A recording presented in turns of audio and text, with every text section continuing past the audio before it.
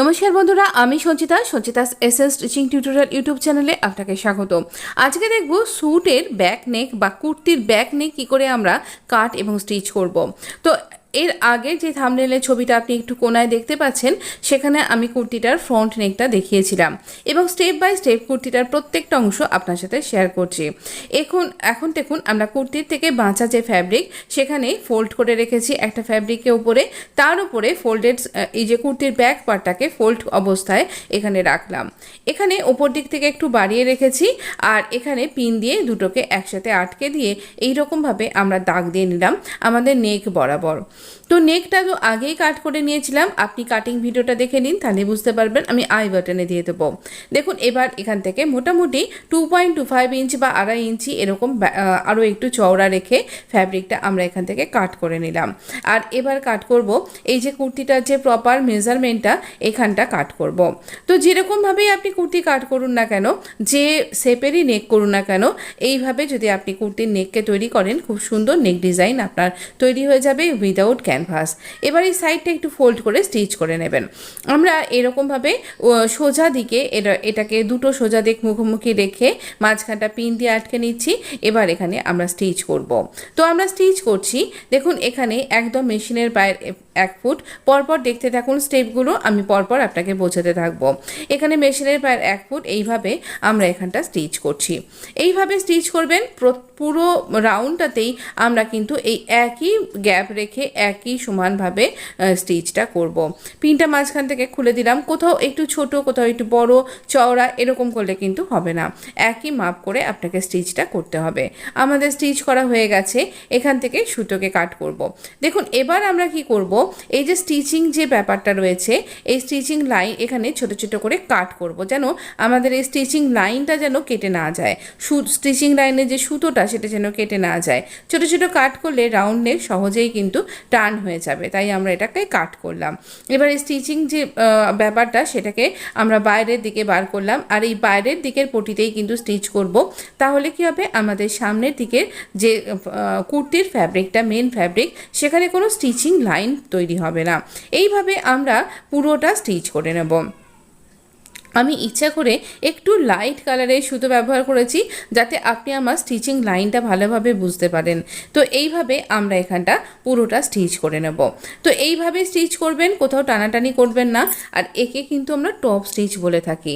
তো এই টপ স্টিচটা দিয়ে দেওয়া হয়ে গেল। তো এবার আমরা কি করব, এতে করে দেখুন এটা সহজেই ভেতর দিকে টান হয়ে যাবে।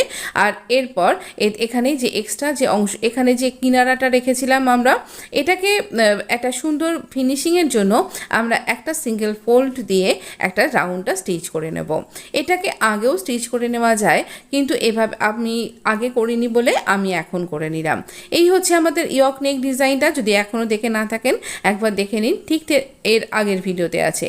আমরা ইনভিজিবলভাবে শোল্ডারটা জয়েন্ট করব।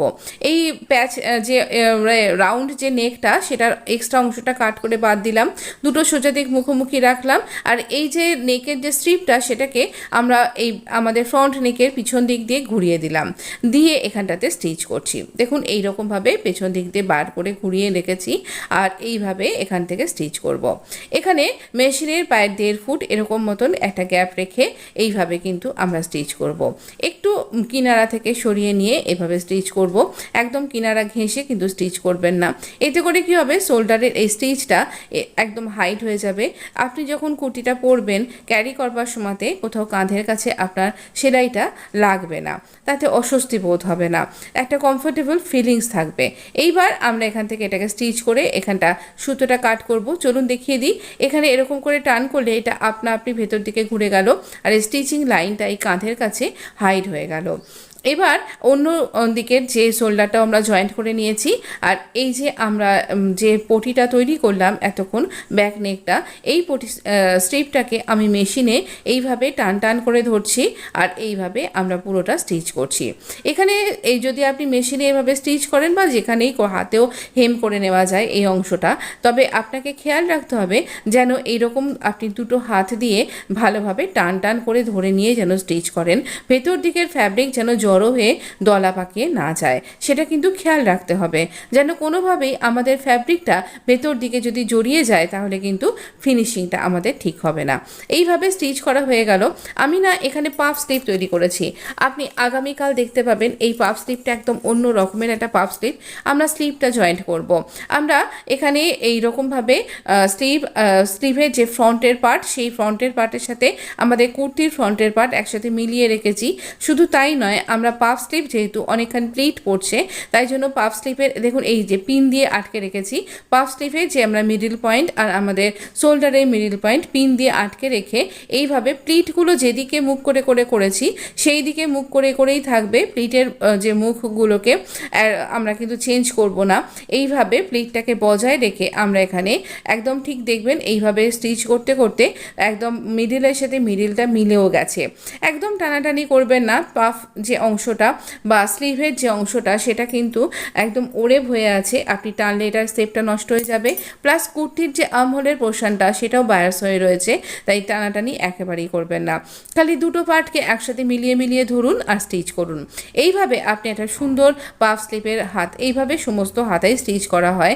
শুধু খেয়াল রাখতে হবে আপনাকে যে কোথাও বেঁকে না যায় আর একদম ফ্রন্ট কাটের সাথে ফ্রন্ট কাট যেন মিলে যায়। দেখুন কি সুন্দরভাবে আমাদের স্লিভটা জয়েন্ট করা হয়ে গেছে। আমরা এইভাবেই অন্যদিকে স্লিভটাও জয়েন্ট করে নেব। স্লিভ জয়েন্ট করে নেবার পর আমরা এই স্লিভ থেকে স্লিভের যে বটমটা এটা উল্টো করে নিয়েছি। নিয়ে এই যে স্লিভের বটমটা এখান থেকে যতটা গ্যাপ আমরা রেখেছিলাম, আমি এখানে 1 ইঞ্চি সেলাইয়ের জন্য রেখেছি।